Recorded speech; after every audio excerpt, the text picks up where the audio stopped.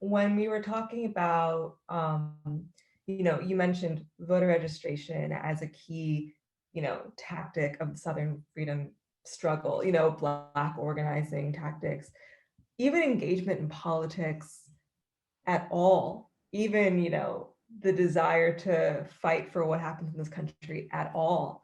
Um, those are things that I've seen young organizers really skeptical about, kind of bringing up flaws, bringing up, oh, well, Gandhi was a racist. Oh, well, we could never transform anything that happens here, pointing to the imperfection of these systems as means of not engaging them at all. And I'm wondering uh, if that's connected to this poison that you're talking about, if you know where the seed of that is. I wonder if you have thoughts on that, that this is kind of what I see, it is encouraging a younger generation in some ways to not actually engage in vying for power in this way. So I just offer that to you out of a purely, I don't know, that's on top of my head a lot when I'm thinking about organizing with young folks. Since you referred to poison, I want to take this chance, and this is slightly moving away from our immediate subject of race in the United States, which is a very crucial one, but I want to mention it because it is a poison. You know that today all over the world, including in India, there is this new notion that liberty, equality, fraternity is outdated, that supremacy is the right doctrine. Yeah. The dominant should be supreme.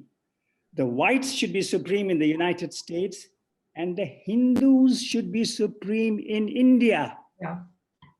And I know that India is only one of many countries, but India has 1.2 billion people in the world, and so many people of Indian origin are in the United States today. Many of them usefully helping also with the COVID question, doctors and so forth. But I want to take this chance, if you will allow me, to say solemnly that in India, Gandhi's legacy is in jeopardy today. Mm-hmm. India's democracy is in jeopardy today. India's newspapers, India's judges, India's police and enforcement agencies are under fierce pressure to disregard the constitution, which calls for equal protection, and to yield to majoritarian supremacy. This is the poison that I'm really concerned about. Mm-hmm. And I want to, American voices are influential in the world. They're influential in India. They make a difference. American opinion, it's not just the officials. An American newspaper, any voice expressed by an American at any level reaches India and influences India. So I want to say this. If it is, many people believe, some youngsters may not believe, but many people believe that Gandhi and the Indian freedom movement gave a great fillip to the movement for civil rights in the United States. Martin Luther King, of course, said that, but people may not want to believe him either, but that's okay. Many people say that, but if it is true that India helped the fight for justice in America, then now India's blacks, who are India's blacks? The Muslims, the Dalits, the indigenous tribals.